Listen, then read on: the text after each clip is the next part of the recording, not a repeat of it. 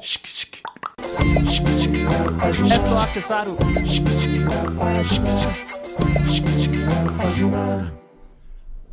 Olá para você que acompanha a Primeira Página no YouTube e também no portal. Seja bem-vindo, seja bem-vinda a mais um episódio do podcast Política de Primeira. É uma honra estar aqui na sua companhia, conduzindo mais este episódio, ao lado de Henrique Schuto.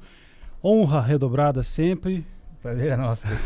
Schuto, obrigado. Boas conversas sempre. Hoje sempre não vai ser ótimo, diferente. Hoje temos uma outra boa conversa. E agradecer a você pelos números que a gente tem colhido e observado também no podcast, da nossa audiência. É isso que a gente faz questão de externar sempre, a nossa gratidão, pedindo para que você continue interagindo com os nossos conteúdos, comentando e curtindo, deixando o seu like neste vídeo.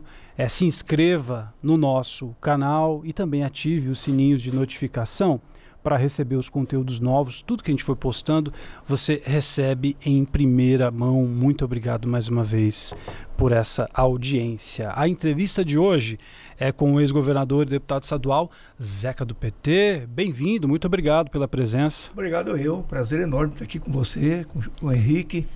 Dizer para vocês da satisfação de poder participar deste momento importante, com certeza, para todos nós. Bom, José Orcílio Miranda dos Santos, Zeca do PT, um nome histórico aqui na política de Mato Grosso do Sul, atualmente deputado estadual, terceiro mandato na Assembleia Legislativa em épocas diferentes, sim, né? Sim. Deputado federal por um mandato e também vereador em Campo Grande, foi governador do estado de 1999 a 2007, 2 mandatos consecutivos. Então, o principal nome do PT nessa história, pelos cargos que a gente está colocando aqui, o senhor sempre foi esse rosto do Partido dos Trabalhadores aqui em Mato Grosso do Sul. A primeira pergunta é algo bem particular: o que levou o José Orcílio Miranda dos Santos a ser chamado de Zeca do PT? Quando que isso aconteceu? 1988, né? Eu sou bancário do Banco do Brasil, aposentado, evidentemente, aos 75 anos. Em 1979 eu retorno para o estado. Eu fui trabalhar 2 anos no interior de São Paulo, exatamente em Assis, ali perto de Prudente. Voltei para cá em 79 e 80 eu já cheguei aqui com a bandeira da criação do PT, do Partido dos Trabalhadores. Me atirei de cabeça nisso, fui para o movimento sindical dos bancários. Em 82, ainda em pleno regime militar, com voto vinculado, não sei se vocês lembram, votar para governador tinha que votar para os candidatos do mesmo partido. Eu sou candidato a deputado estadual em 82, para fortalecer, não elegemos ninguém, fizemos pouco voto. Nosso candidato a governador foi Antônio Carlos de Oliveira. Voltei para o movimento sindical, para a construção do PT. Em 88, saio candidato a vereador. Sou o vereador mais votado do PT, o 5º mais votado de Campo Grande, 1.500 e poucos votos. Não me elegi porque nós não fizemos legenda, o número necessário de votos para eleger o primeiro. E naquela eleição, ainda voto manual, tinham 3 Zeca. Eu, um do PL, outro acho que do PCB ou do PPS, não sei qual a sigla deles na época. E nós, desesperados, vendo a campanha crescer no final da campanha de 88, de vereador, chamei o pessoal lá em casa à noite, uma estrutura pequena, falei, vamos sair pichando o Zeca do PT, Zeca do PT. Surgiu a história do Zeca do PT. Depois, só para concluir esse ponto, eu fui chamado, porque nós escrevemos nos muros e tal, abriram uma investigação na Polícia Federal, fui parar na Polícia Federal, explicar o que tinha acontecido. Eu expliquei que era da campanha, não tinha nenhuma proibição, enfim. E o delegado, impressionado, falou, quem que deu essa ideia para ti? Associar um nome tão comum, Zeca, com a sigla que surgia muito forte no imaginário do povo trabalhador, PT. Eu falei, ninguém, foi a necessidade de fazer. E agora estou explicando para quem nos assiste. Foi a necessidade de não confundir, porque era voto manual, né? Votava Zeca, perdia o voto. E perdi muito voto naquela eleição por isso, mas consegui segurar uma parte com a história do Zeca do PT, que associou e eu nunca mais abandonei. Que história, né? Deputado, vamos voltar um pouco mais antes, então, deputado. O senhor nasceu em Porto Murtinho, Sim. mas a sua família é do Sul, né? Pois do é. Rio Grande do Sul. Pois Como muita foi gente, a sua... Muita gente fala assim, é o Zeca paraguaio. Me honra muito, né? Confundirem. Adoro o Paraguai, os paraguaios. Fui criado na beira do Rio Paraguai, nadando no Rio Paraguai, brincando com crianças paraguaias, mas não tenho, infelizmente não tenho sangue paraguaio. Na verdade, meus avós, tanto por parte da minha mãe, os Miranda, como por parte do meu pai, os Santos, vieram, os dois meus avós vieram com 15 anos, falava o vovô, de São Borja, uma grande caravana onde veio muitas famílias correndo da chamada Revolução da Degola de 1823, que eu acho que foi até 25, 26, em que os adversários pegavam um outro e degolavam, por isso a Revolução da Degola. E os Miranda eram muito ricos, juntou todo mundo e outras famílias vieram embora. O vovô contava que levaram um ano e meio de viagem, de São Borja. Fui lá ver, depois de governador, levei Dona Gilda lá para conhecer, até porque lá ainda tem um rincão dos Miranda. Imagino que eles atravessaram o Rio Uruguai, que passa ali na cidade de São Borja, provavelmente com balsa, não tinha ponte. Vieram no sentido de Encarnação, no Paraguai, do outro lado do Rio Paraná, Posadas, na Argentina, na província do Chaco.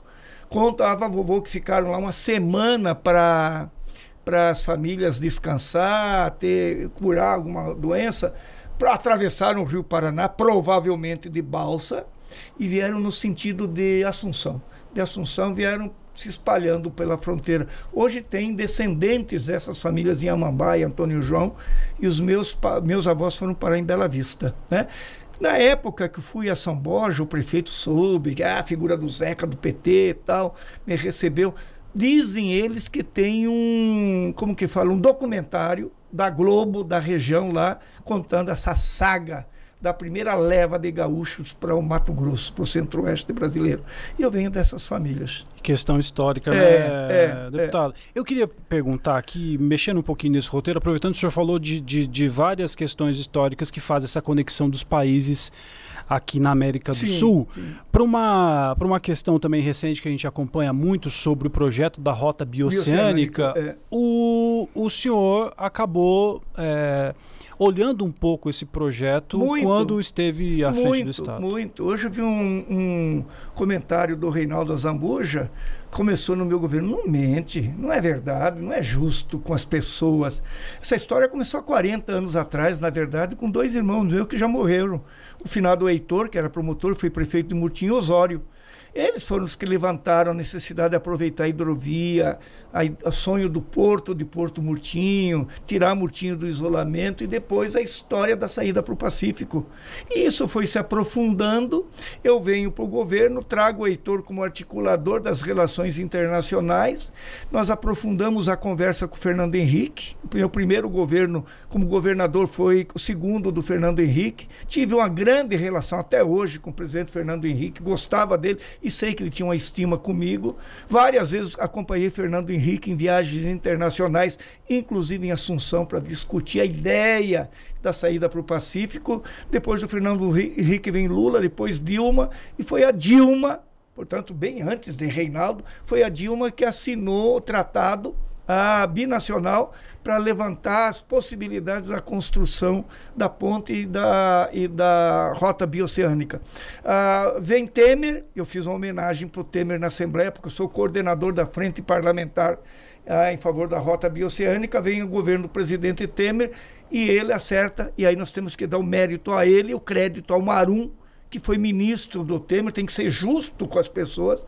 Marum foi o grande articulador disso, até porque ele era diretor da Itaipu, para viabilizar os recursos que não se tinha via Itaipu Paraguaia e a Itaipu brasileira. Hoje 80% da ponte está concluída.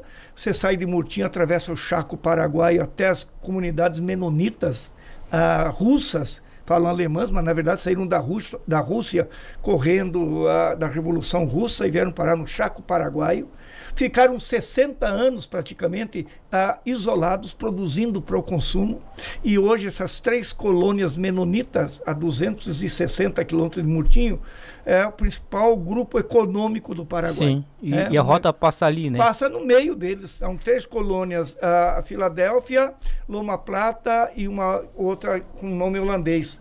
a Marechal Estigarribia, já na fronteira com a Argentina. E hoje o Paraguai está asfaltando o último bloco, 200 quilômetros, de uma estrada chamada Ruta 500, que vai levar a divisa com a Argentina. Só um parênteses aqui, esse grupo de menonitas, eles têm uma produção leiteira muito boa, fantástica. Né? Tem 3 frigoríficos. Sim, e gozado não tem água. Sim. Eu fui lá visitar, fiquei quase uma semana lá andando. É um negócio fantástico. Deputado, já que a gente começou a falar da rota bioceânica, é isso mesmo que a gente lê nos comentários, que a rota vai ser um canal do Panamá, alguma coisa nesse sentido? Eu não sei se é um pouco de propaganda, mas que vai ter um papel preponderante para nós, para o Centro-Oeste, e vai particularmente para o Mato Grosso do Sul. Né? Estudos todos concluem de que a saída para o Porto de Iquique, para os portos do Chile, enfim, encurta em torno de 7.500 quilômetros a distância para o mercado asiático, até porque é linha reta. Né? 14 a 17 dias de alto mar no navio cargueiro, ou seja, nos torna altamente competitivo num mercado asiático que tem 3 bilhões de pessoas para comer, né? A soja, o milho, a carne. Então, acho que potencializa muito, muito, muito o nosso crescimento. Como alguém que esteve já à frente desses debates lá atrás, por que demorou tanto para avançar? E lá agora, como coordenador da frente parlamentar, o que está faltando agora? Qual que é o gargalo principal, na opinião do senhor? Neste momento é concluir as obras. Eu tenho insistido, falei inclusive isso com a ministra Simone Tebet, que esteve com a gente segunda-feira passada na Assembleia, da necessidade de trazer o Lula. Eu tive com o presidente do Paraguai lá em São Paulo, e ele me falou: Zeca, eu sei da tua relação com o presidente Lula, trazer ele para a gente fazer uma visita oficial. A ponte está quase concluída, um negócio de louco. Eu tenho falado para trazer o convite para o presidente Lula vir a Itamaraty, no assentamento, que é um modelo hoje para o Brasil de exportação, de produção, e fazer uma visita até a ponte do Rio Paraguai. Precisa concluir. Precisa o Paraguai concluir esses 250 quilômetros da Ruta 500, da Picada 500, e precisa agora, esse é o desafio, a formatar de como que vai ser o processo de fiscalização nas fronteiras. A aduana. O processo aduaneiro de carga, enfim, porque se for para ficar uma semana como fica em Corumbá, 4, não tem sentido. Tira a agilidade. Tira o ganho que teria da agilidade. Né?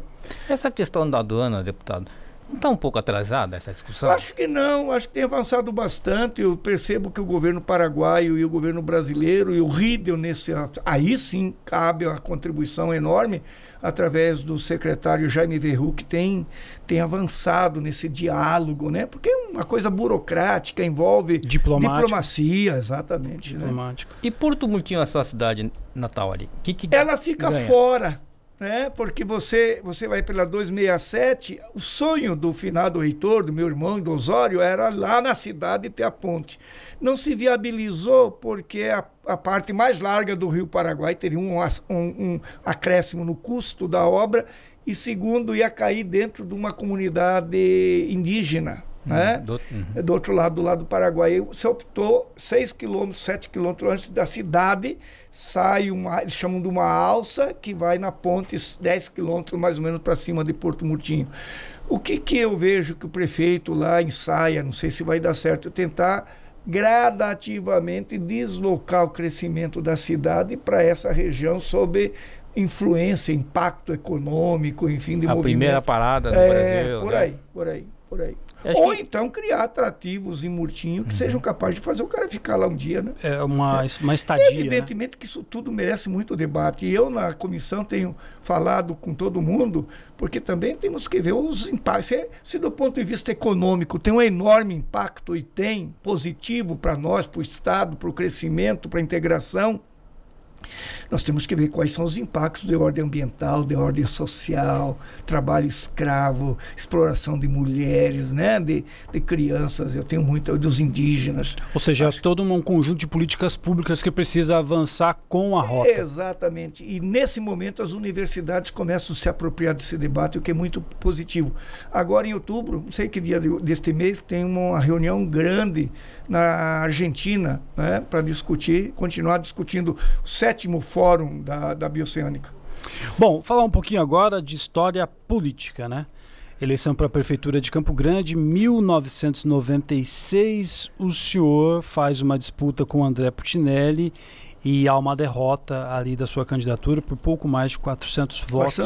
411 votos.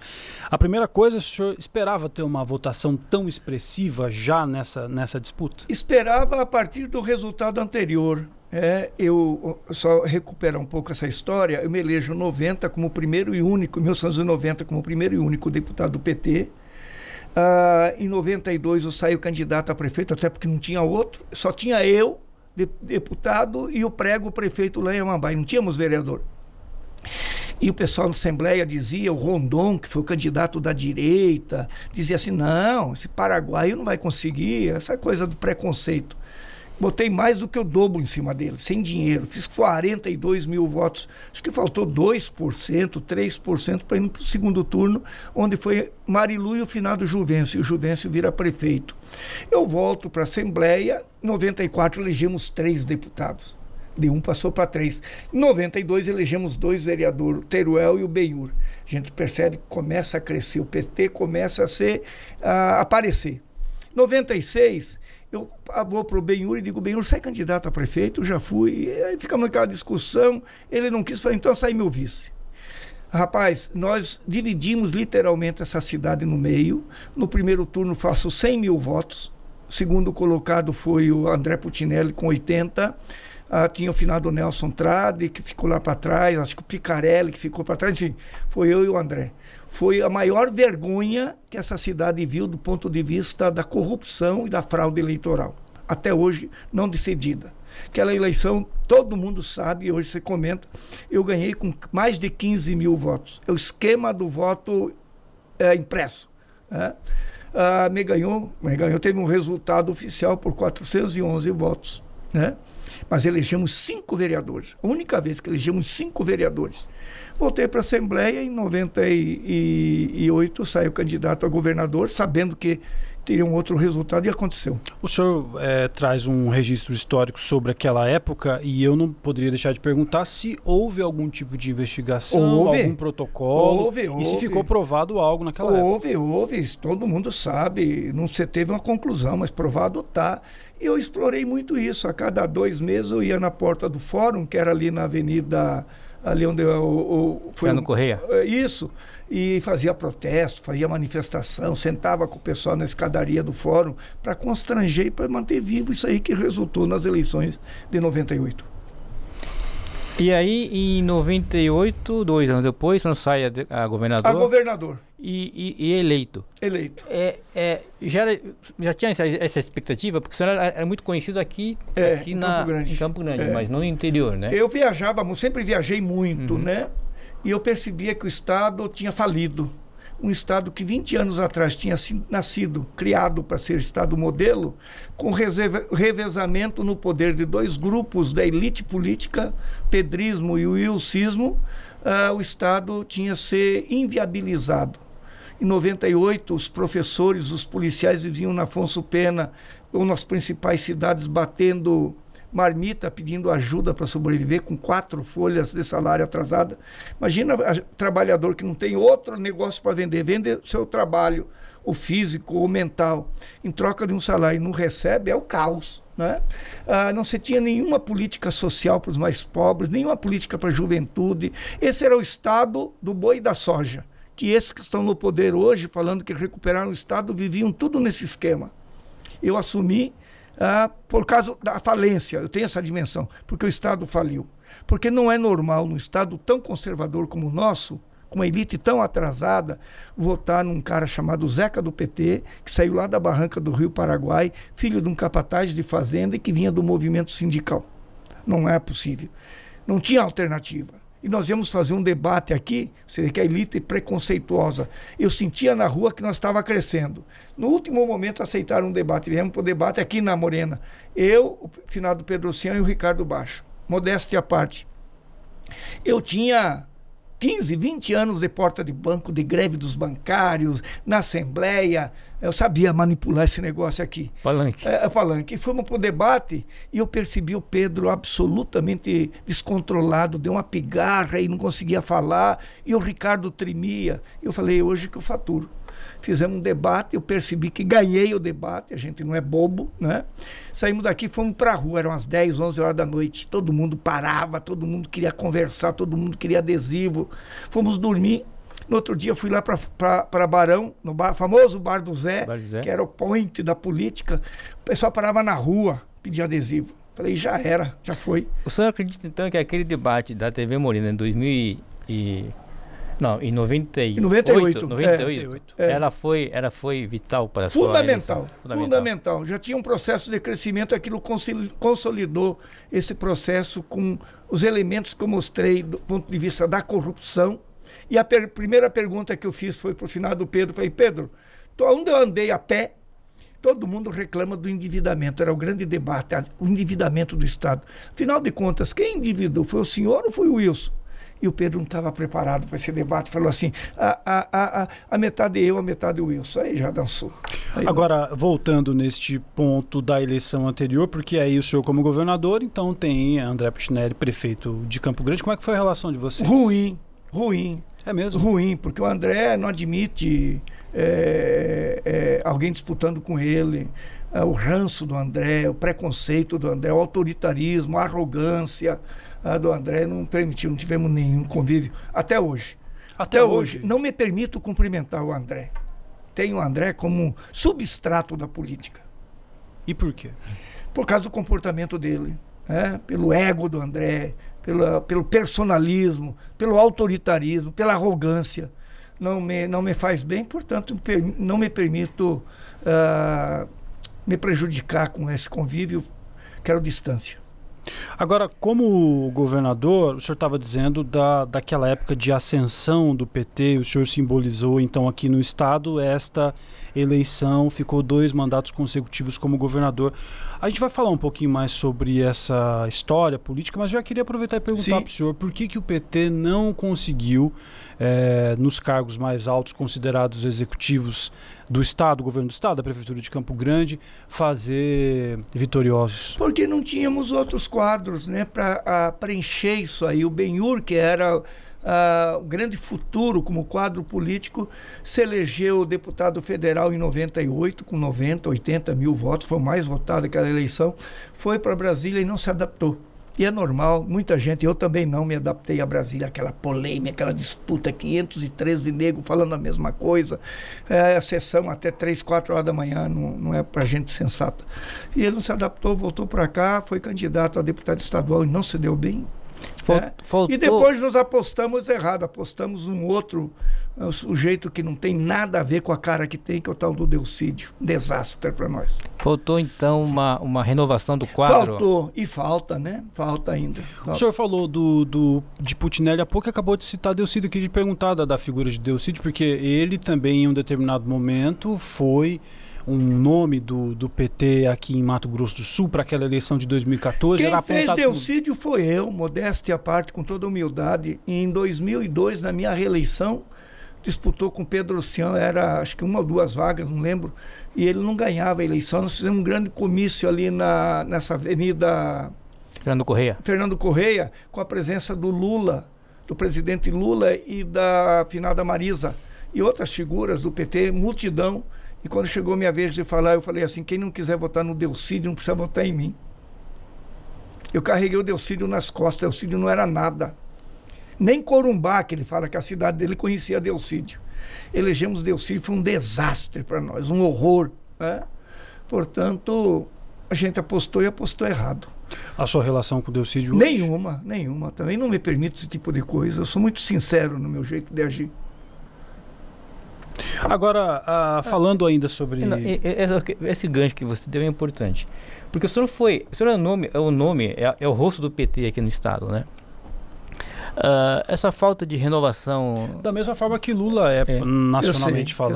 Eu sei. Preocupa? Tem um lado ruim disso também, não tem? Tem, não digo ruim, tem da personalidade. O Lula é apaixonado pelo poder. e faz bem para ele, e ele gosta e faz um grande governo, enfim, né?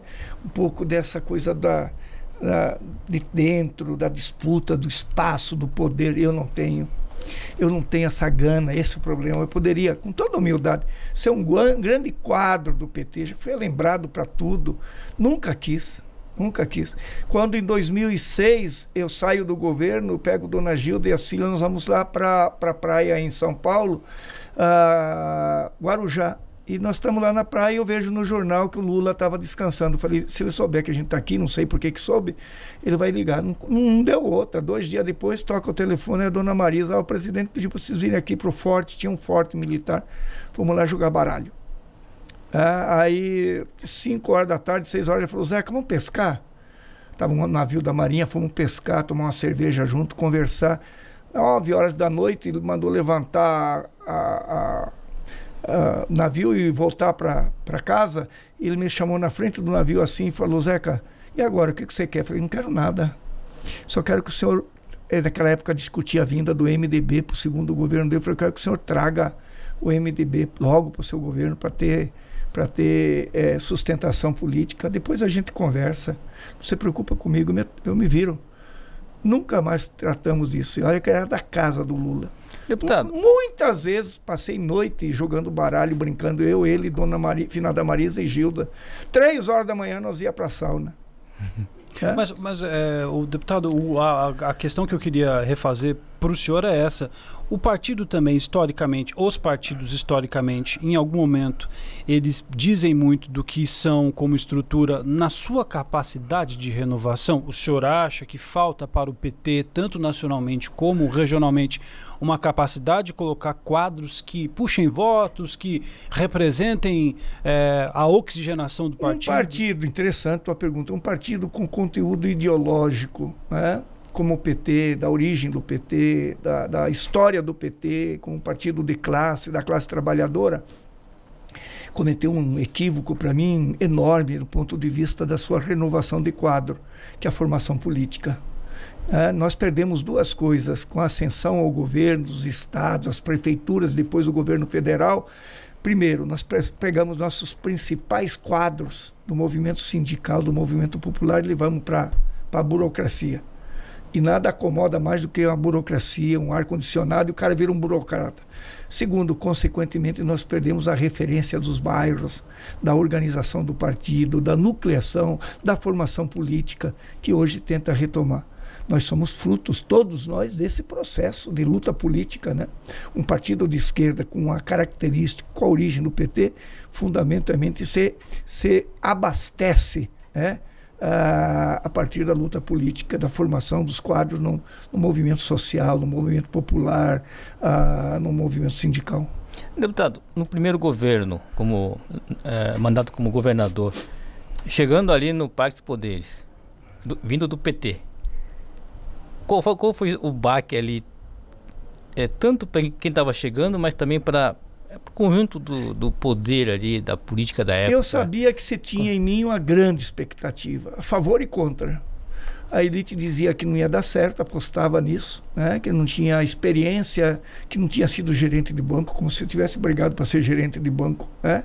Eu nunca fui, minha vida no banco foi muito pequena, fui para um movimento sindical. Primeiro, essa expectativa da frustração, e do lado a expectativa positiva do povo mais pobre de fazer políticas e os servidores públicos. Foi quem me deram a eleição. Né? E nós começamos a partir dali tomar decisões. Tanto é verdade que no primeiro ano nós tivemos o desafio de pagar 17 folhas. As 13 nossas e mais 4 que eu herdei atrasada. É aquela história que eu estava falando, como o cara sobrevive. A polícia não tinha fardamento, a polícia não tinha coturno, não tinha arma. Como que você quer que um cidadão saia para a rua para dar segurança para a sociedade, se em casa ele não tem segurança nenhuma, não tem um leite para a criança? Nós começamos, primeiro botar o salário em dia, depois começar a recuperar do ponto de vista do poder aquisitivo, salário, segurança pública, de educação dos servidores públicos. Terceiro, criar programas sociais que fossem capazes de fazer os mais pobres entender que ali se instalava um governo generoso. Criamos, num primeiro momento, segurança alimentar.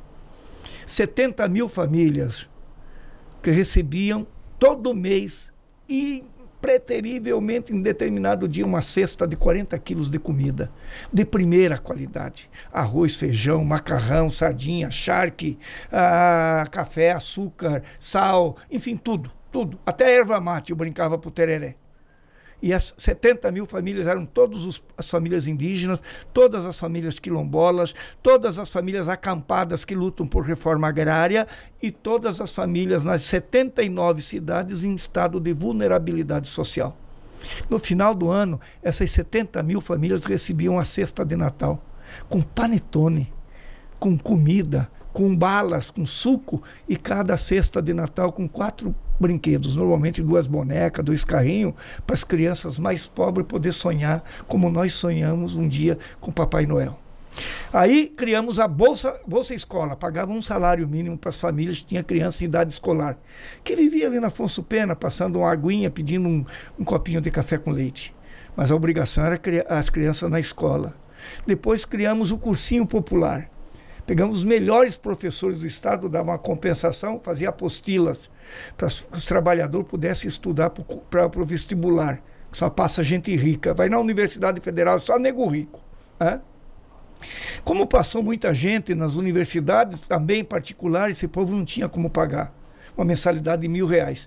Chamei o pessoal das universidades particulares para vamos fazer um projeto chamado Bolsa Universitária. O Estado paga para você, para a sua universidade, 50%. Daqueles que passarem, você dá 25% de rebate e a família paga 25%. Ou seja, numa mensalidade de R$1.000, a família pagava 250. E aí nós criamos o Banco do Povo, começamos a criar uma relação direta com os mais pobres. Aí fomos para a reforma agrária. Primeira ocupação que teve, a polícia foi lá, bater no pessoal, demitiu o comandante. No meu governo não... A luta social é legítima, a luta pela reforma agrária é em respeito à democracia que tem que ter na terra. E avançamos. No final do meu governo, tinha uma fazenda só ocupada. E isso foi marcando, foi consolidando, tanto que eu fiquei 8 anos. Na política houve alguma reação contrária, por exemplo, na Assembleia? Não. Nós elegemos um deputado, 1 ou 2, acho que foi o Geraldo, o Rezende e o Tetila. Mas eu tive 2 coisas. Botar o Wander Lobeck, que hoje é deputado federal, tinha sido meu chefe de gabinete como deputado e coordenador da campanha. O Wander pode ter 1000 defeitos, mas tinha uma capacidade de articulação política. E a partir da capacidade dele, com Londres e com o saudoso Rigo, nós nunca tivemos problema na Assembleia Legislativa. Nunca. Aliás, Wander continua sendo uma aposta do PT para um bom resultado no ano que vem. Seria um grande parceiro para o Lula no Senado, com certeza. Antes de continuar a nossa entrevista com assuntos importantes aqui, eu quero pedir para que você deixe um like no nosso vídeo, neste episódio. Muito obrigado pela sua companhia. Sempre não deixe de curtir, para que você se inscreva no nosso canal, para que você faça parte desse movimento de inscrições aí no nosso canal, é muito bacana também, e que você ative os sininhos de notificação para receber sempre os nossos conteúdos novos. O senhor falou sobre as políticas assistenciais, sobretudo para pessoas em situação mais vulnerável. Qual que é a avaliação que o senhor tem em relação à política assistencial nacional e estadual para essas pessoas mais vulneráveis? Do governo do presidente Lula, de novo, um gesto carinhoso, de respeito e de generosidade com todos os programas que já existem e que estão vindo. Sobretudo na pandemia, muita gente entrou na linha da pobreza. Eu sei, né? E muita gente já saiu, tanto que de novo Lula tira o Brasil do mapa da fome. Do ponto de vista nacional, essa é a minha avaliação. Não se pode conceber um governo que não tenha a generosidade, a preocupação com a inclusão social e com a dignidade, com a justiça social. Do ponto de vista do Estado, nada de novo foi criado. Pode até ter mudado de nome. Com todo o respeito, com todo o carinho que nós estamos conversando aqui, me diga uma política nova feita pelo André Putinelli, pelo Reinaldo Zambuja e agora pelo Riedel. O grande instrumento de investimento no Estado, para eles, é o Fundersul, que eles todos eram contra, porque são da elite. Sabe qual é o orçamento do Fundersul, Henrique, para este ano? 1,5 bi para investir em infraestrutura. Nunca mais se reclamou. Na época que eu assumi o governo, em 99, as pessoas andavam pela pela alternativa, fora do leito normal da estrada. Fundersul. Servidores públicos iam fazer um exame de laboratório, chegava na clínica, estava lá. Nós não atendemos servidores, porque a Previssura é uma vergonha. Chamei a Gleice, que hoje é ministra do Lula, falei, era minha secretária, vamos criar, eu sou do Banco do Brasil, sou servido pela CACI, pela Caixa de Assistência à Saúde, vamos criar algo parecido com a CACI. Está aí a CACEMES, com 10 hospitais, que é modelo para o Brasil. Modelo para o Brasil. O governo do MDB, do Wilson, do André Putinelli, 94 a 98, não retomou nenhuma obra das obras inacabadas do Pedrocian. Em 8 anos, nós terminamos o Hospital Rosa Pedrocian, estava lá largado, um postão. Nós terminamos o Fórum de Campo Grande, nós terminamos o Tribunal de Contas do Estado, que funcionava em casa alugada, hoje tem um prédio próprio. Nós terminamos o Parque das Nações Indígenas, estava lá inacabado. O Parque Ayrton Senna, no Aerorancho, o Parque Jacques da Luz, lá nas Moreninhas, com estádio lá dentro, inclusive. Ou seja, indiscutivelmente, do ponto de vista social, da retomada de infraestrutura, de obras marcantes, nós marcamos, como marcamos também na cultura e no esporte. Na cultura, nem eles foram capazes de terminar, porque já se consolidou o Festival América do Sul, lá em Corumbá, e o Festival de Inverno de Bonito.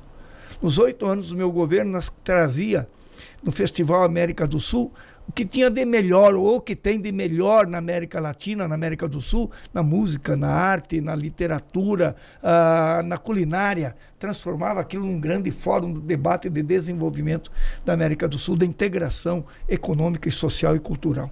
Acabou tudo. Deputado, ao longo dos 2 mandatos como governador, o senhor também teve foi alvo também de algumas investigações. Sim. O caso que ficou mais emblemático, para mim, pelo menos, que eu acompanhei bem essa etapa, esse período, foi a questão lá que envolvendo a agência de publicidade. Pois é, tal da farra da publicidade. Isso. Esse foi bem investigado.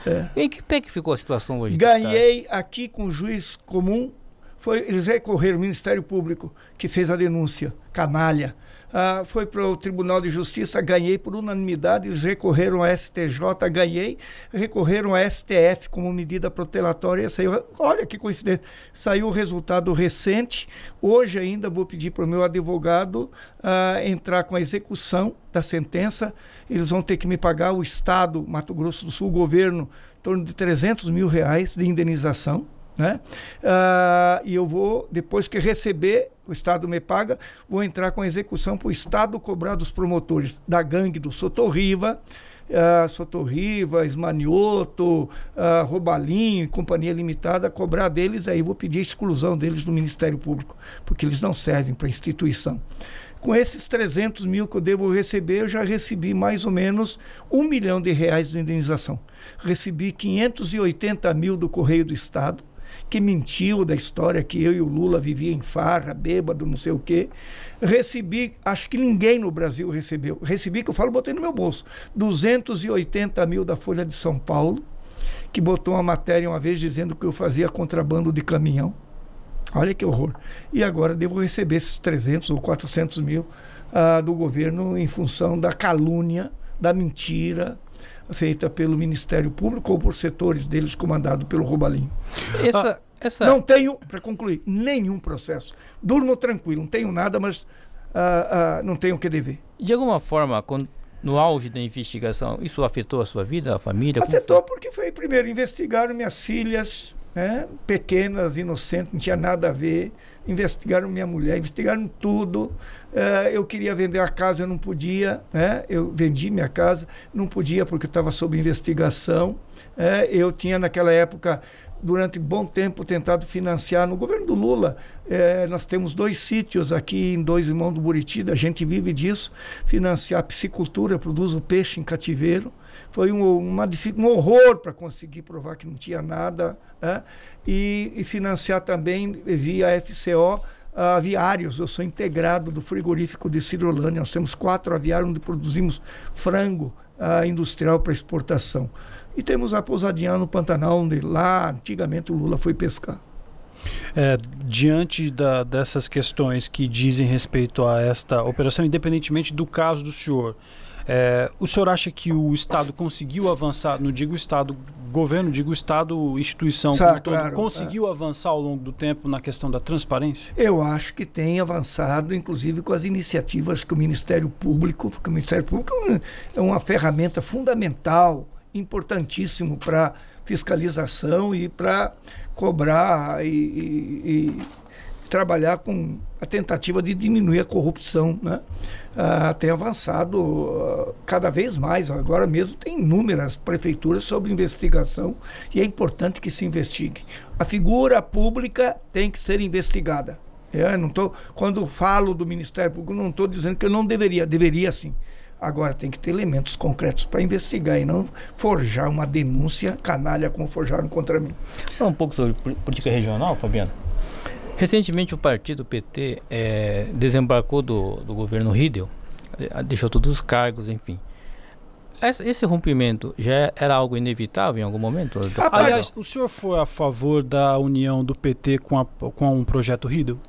Eu, Wander, principalmente eu, no primeiro momento, que defendi lá em 2022 o apoiamento ao Riedel no segundo turno para derrotar a extrema-direita. Mesmo sabendo que o Riedel é um homem conservador, de direita, mas nós achamos que, do ponto de vista político, seria menos ruim do que um extremista despreparado como era o Capitão Contar. É uma pena que agora, passado 2 anos e meio em que nós contribuímos enormemente nos cargos que tivemos, o Riedel nos larga e opta em fazer uma aliança com aqueles que nós ajudamos ele a derrotar, com a extrema-direita. Mas esse rompimento era inevitável ou poderia... Eu acho que poderia ser adiado. Eu defendi que a gente podia ficar até fevereiro, março, até porque não sabemos o que vai acontecer. Na medida em que a extrema-direita negacionista, o chamado bolsonarismo de raiz, opta em ter candidatura própria, tal, nós poderíamos trabalhar, e acho que na medida também que o Lula cresce nas pesquisas, na avaliação, e começa de novo a se aproximar do centro democrático, vamos dizer assim, não da extrema-direita negacionista, bolsonarista extremada, nós poderíamos talvez dialogar com o Riedel. Acho que o PT se antecipou e o Riedel também se antecipou de uma definição que eu quero julgar, posso estar errado, e falei isso para o Riedel, eu gosto do Riedel, não foi dele. Acho que o principal responsável desse afastamento é o Reinaldo Azambuja, que no pior momento, num erro político na minha avaliação, sai do PSDB e se junta vai para o PL, que afunda com o comportamento do Bolsonaro, agora preso, condenado e com filho fazendo barbaridade nos Estados Unidos. Acho que é um desastre. E ao mesmo tempo tentando ganhar, faz um discurso ruim, politicamente atrasado, de criticar o PT, de combater o PT para tentar ganhar o apoio da extrema-direita. Não vai. Qual que é o resultado disso? Me permitam. E tenho falado na Assembleia. Está botando em risco a reeleição do Riedel, que tinha uma reeleição tranquila na palma da mão. A extrema-direita não os engole. Eu falo aí do Contar, falo aí do Polon, falo aí do João Henrique. Vai... muito provavelmente, se não com certeza, tem uma candidatura de extrema-direita. Nós estamos construindo um projeto político que pretendemos forte, e nessa possibilidade de 3 candidaturas, o PT chegando aos 40%, 30%, 40%, a extrema-direita 20%, 30%, naturalmente se vislumbra um segundo turno, e aí pode ser um complicador para o Riedel. Deputado, a provocação que eu queria fazer é a seguinte, sobre um possível fim anunciado. Vou explicar.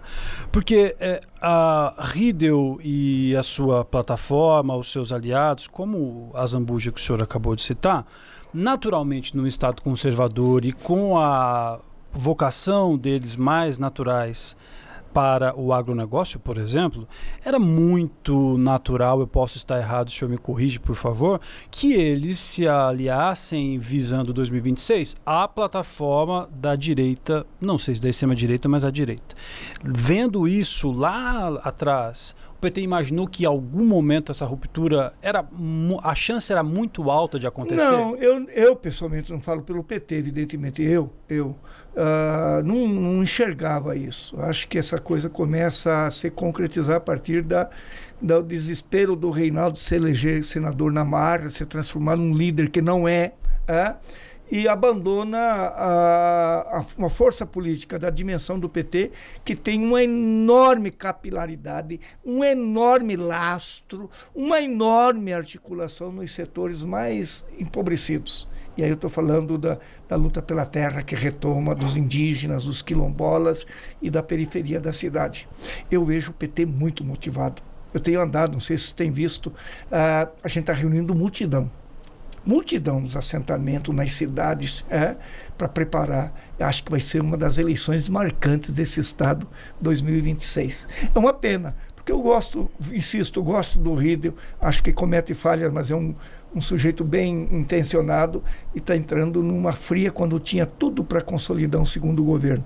O Lula gostava ou gosta, evidentemente que nós estamos colocando Lula, Gleice, esse pessoal informados do que aconteceu aqui, qual que é a projeção que a gente faz para o ano que vem.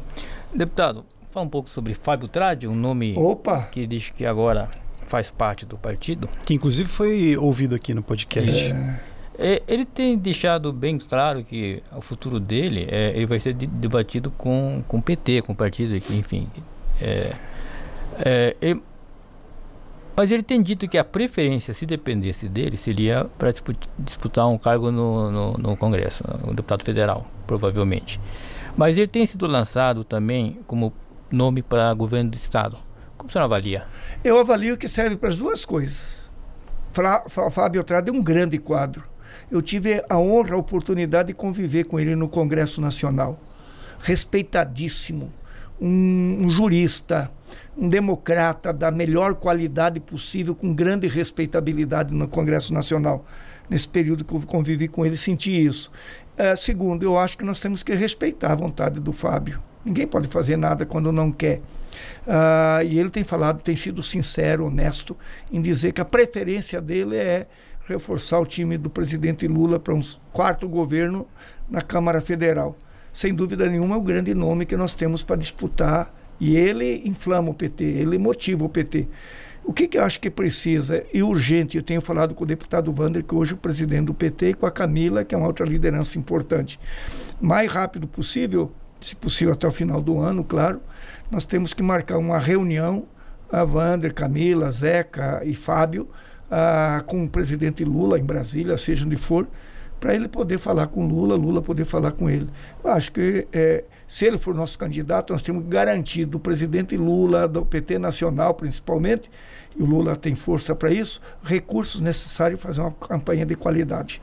Acho o Fábio imprescindível. Acho que a grande chapa, vou falar aqui, anunciar para vocês, a grande chapa do PT e da esquerda seria Fábio Tradi, governador, e Dona Gilda, a vice-governadora, e Wander, senador. A sua preferência, deputado? Seria a sua preferência? Porque aqui mesmo, Fábio Tradi disse, o raciocínio dele é que neste mandato de Lula, em que muitas pautas importantes foram travadas no Congresso e em muitas o governo perdeu, justamente porque o centro-direita, essa representação toda é uma esmagadora maioria no Congresso. Então o argumento dele é que fortalecer o PT ajuda o governo Lula no Congresso, mas na opinião do senhor, a preferência do senhor, o senhor preferiria ver Fábio Tradi nesta missão do Congresso ou para governo? Eu vou botar minha posição de outro jeito. Eu já fui candidato a deputado federal, fui candidato a senador, principalmente, com uma candidatura a governador sem a expressão eleitoral que a gente precisa ter para disputar um governo.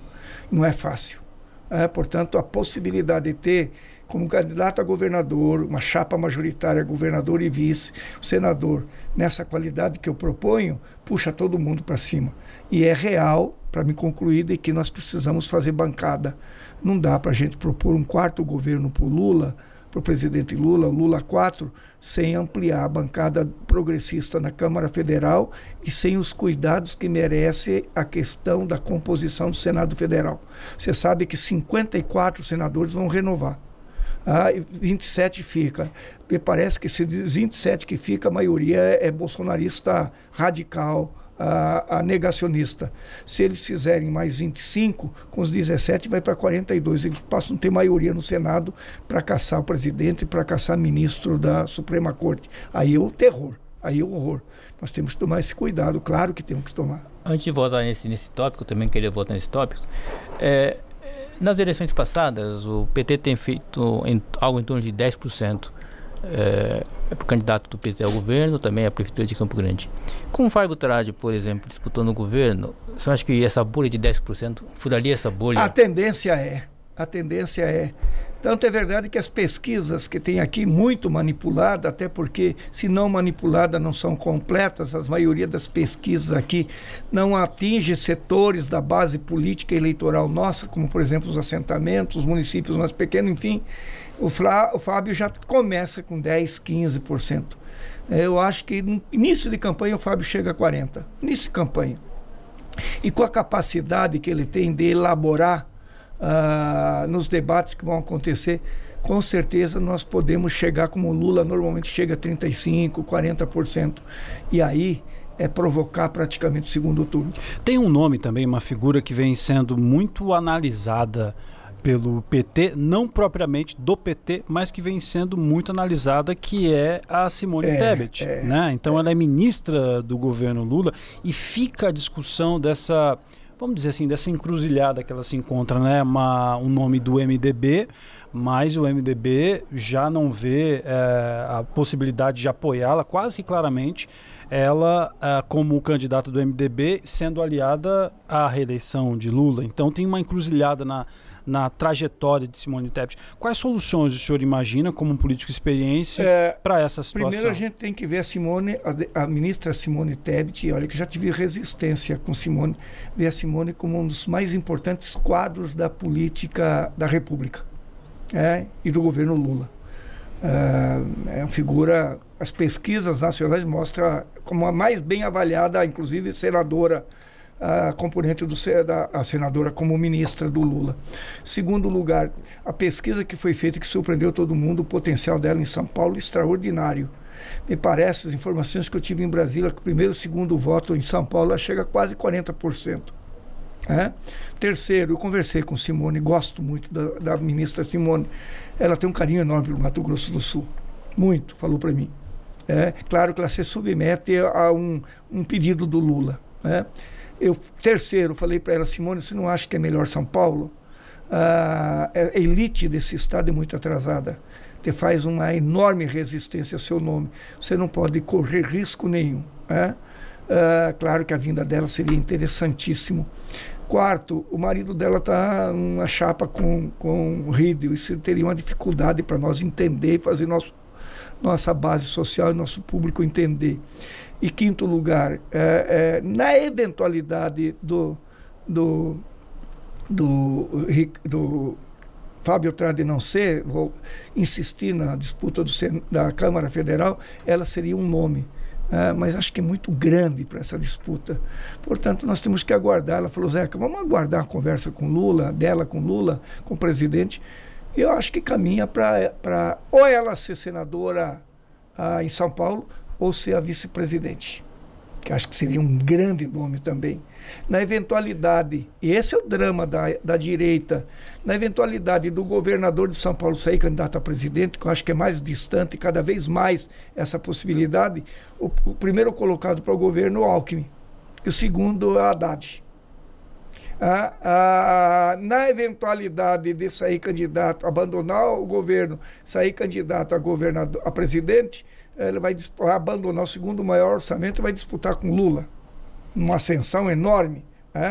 Portanto, eu acho que se ele se afastar ou não, e o Lula convencer numa conversa que tem que ter com o vice-governador para ser candidata a governador em São Paulo, ela naturalmente seria um nome para vice-presidência. O vice-presidente Geraldo Alckmin. Tem bons nomes aí, né? Tem bons nomes. E aí essa questão do deputado Vander se coloca, é um nome praticamente viabilizado para o Senado, ela concorreu ao Senado, aqui tem um outro empecilho, mas talvez ela disse aqui no podcast também que não cogita concorrer para cargos por outro estado no Mato Grosso do Sul. Ela disse ela isso falou aqui, para mim né? também isso. Agora, essa vai depender do pedido.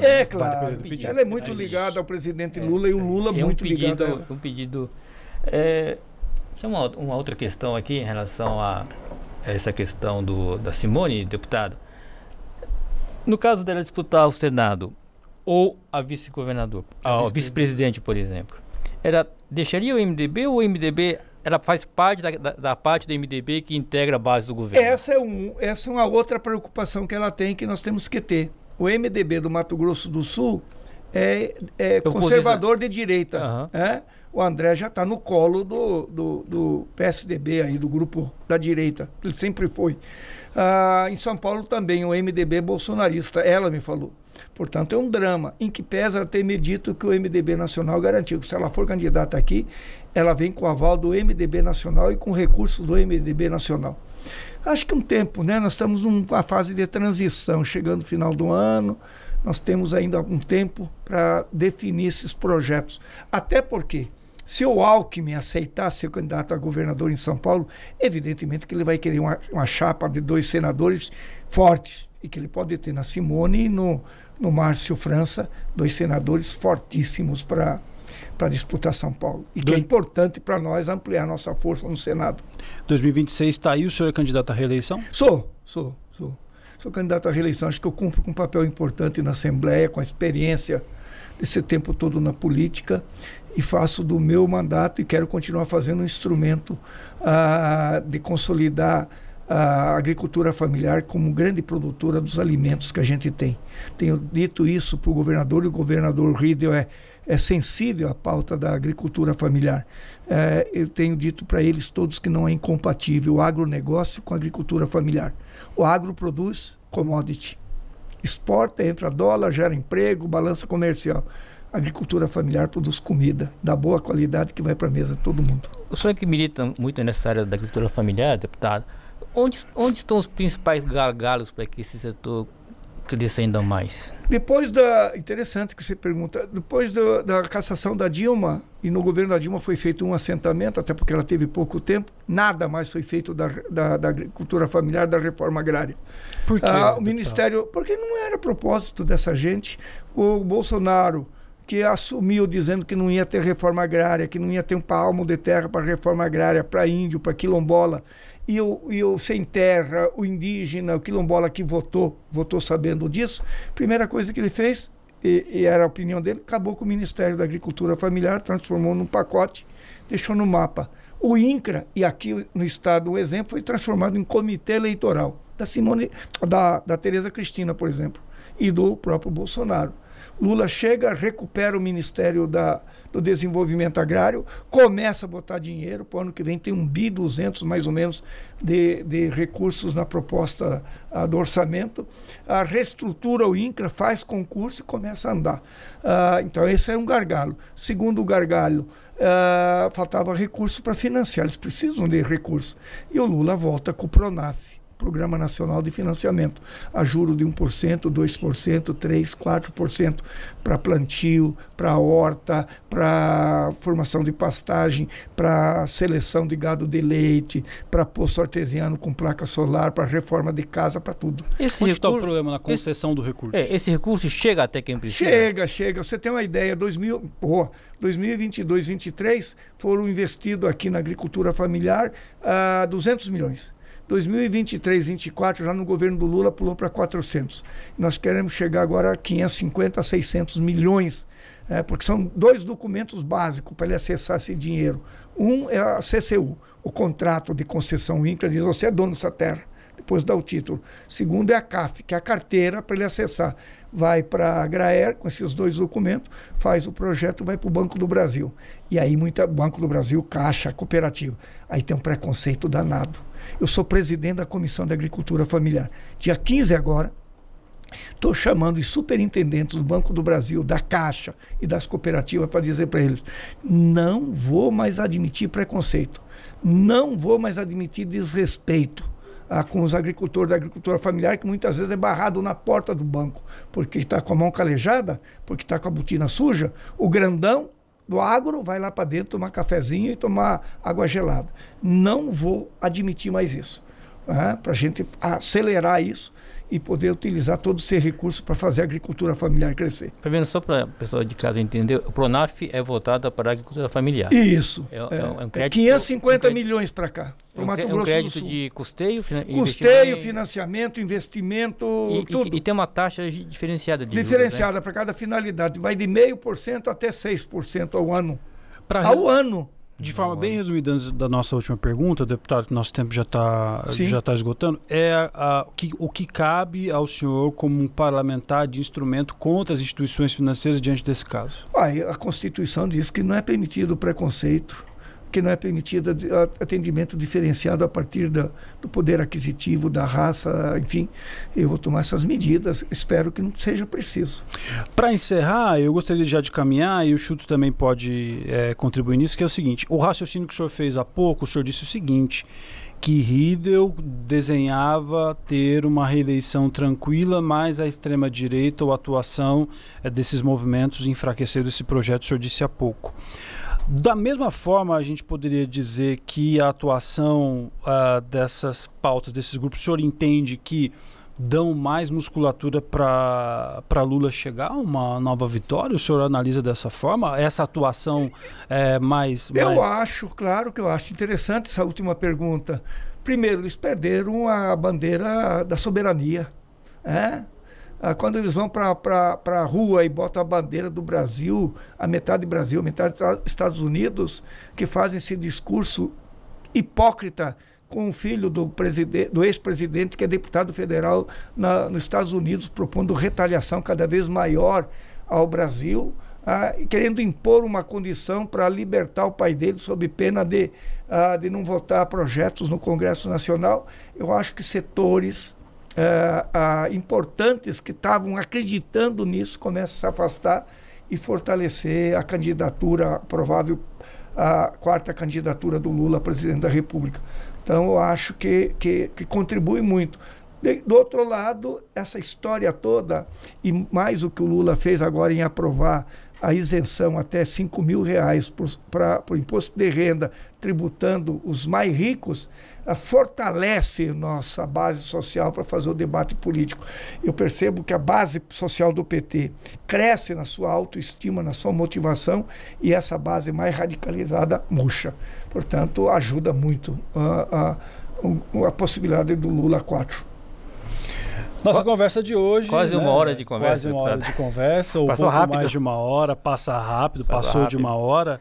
Já podemos deixar um segundo episódio aqui com a parte 2, né, deputado? Parte Tem muita história para contar ainda, né? Com o ex-governador, deputado estadual Zeca do PT. Aqui eu agradeço muito Eu que agradeço. a companhia, a entrevista, e até uma próxima. Obrigado, querido. Um prazer enorme estar aqui com vocês. Obrigado, deputada. Chutou. Valeu, Obrigado Fabiano. mais uma vez, tá? Até a próxima. Até o próximo episódio. Eu agradeço você mais uma vez pela audiência, pelas interações, pelos comentários. Pode comentar, interagir, sempre com respeito, né? É legal a gente deixar qualquer tipo de opinião, e o que faz a democracia que a gente vive sempre tão bacana é o respeito que a gente tem, as diferenças, é assim que a gente caminha. Muito obrigado pela audiência e até o próximo episódio. Tchau.